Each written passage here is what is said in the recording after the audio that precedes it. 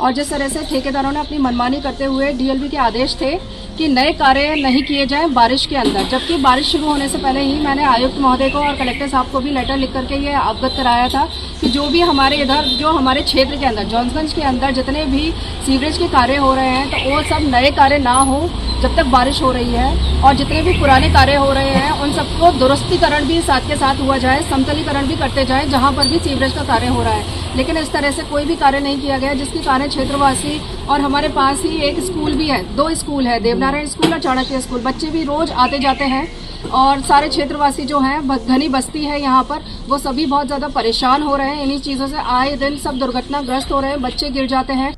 जिस तरह से जो क्षेत्रवासी हैं यहाँ के ये अपना जो नरसिंहपुरा के लिए ये जो रास्ता जाता है कोली बस्ती के इधर की तरफ, इधर सीवरेज का कार्य करा था। मैं आपको पहले बताना चाहूँगी कि सबसे पहले तो हमने ही ये सीवरेज का कार्य कराने के लिए और उसके बाद जो क्षतिग्रस्त सड़कें होती हैं उसके लिए हमने कलेक्टर साहब को पहले ही लेटर लिख चुके हैं, जिसकी तारीख है 18/7/2023। ठीक है, अभी 24 चल रहा है। तो हम लगातार इन सब चीज़ों के बारे में सभी को अवगत कराते रहते हैं, जो हमारे प्रशासनिक अधिकारी हैं उन सभी को अवगत कराते रहते हैं। और जिस तरह से ठेकेदारों ने अपनी मनमानी करते हुए डीएलबी के आदेश थे कि नए कार्य नहीं किए जाएं बारिश के अंदर, जबकि बारिश शुरू होने से पहले ही मैंने आयुक्त महोदय को और कलेक्टर साहब को भी लेटर लिख करके ये अवगत कराया था कि जो भी हमारे इधर जो हमारे क्षेत्र के अंदर जॉन्सगंज के अंदर जितने भी सीवरेज के कार्य हो रहे हैं तो वो सब नए कार्य ना हो जब तक बारिश हो रही है, और जितने भी पुराने कार्य हो रहे हैं उन सबको दुरुस्तीकरण भी साथ के साथ हुआ जाए, समतलीकरण भी करते जाए जहाँ पर भी सीवरेज का कार्य हो रहा है। लेकिन इस तरह से कोई भी कार्य नहीं किया गया, जिसके कारण क्षेत्रवासी और हमारे पास ही एक स्कूल भी है, 2 स्कूल है, देवनारायण स्कूल और चाणक्य स्कूल, बच्चे भी रोज आते जाते हैं और सारे क्षेत्रवासी जो हैं घनी बस्ती है यहाँ पर,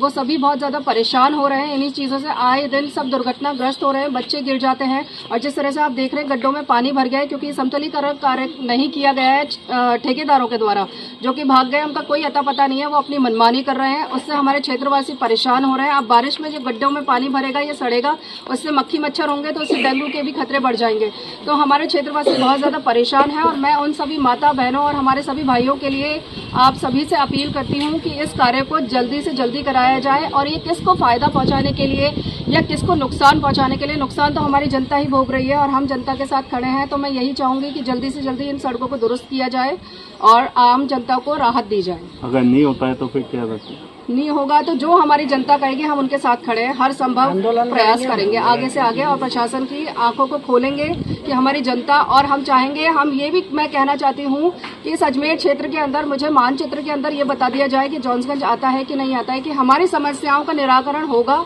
कि नहीं होगा। क्योंकि हम तो सिर्फ लेटर ही लिखते जा रहे हैं प्रशासन को, वो लोग कब इस तरफ ध्यान देंगे कि एक जॉन्सगंज भी क्षेत्र है, वहाँ के लोग भी जो मेन और मुख्य समस्याओं से ग्रसित हैं उनका समाधान कब होगा। परेशान हो रहे हैं। ये जो गड्ढे हैं, पानी भरा है तो बच्चे स्कूल जाते हैं तो कभी बच्चों का रिक्शा फंस जाता है, गिर जाते हैं तो बच्चे टाइम से स्कूल नहीं पहुंच पाते। हमारे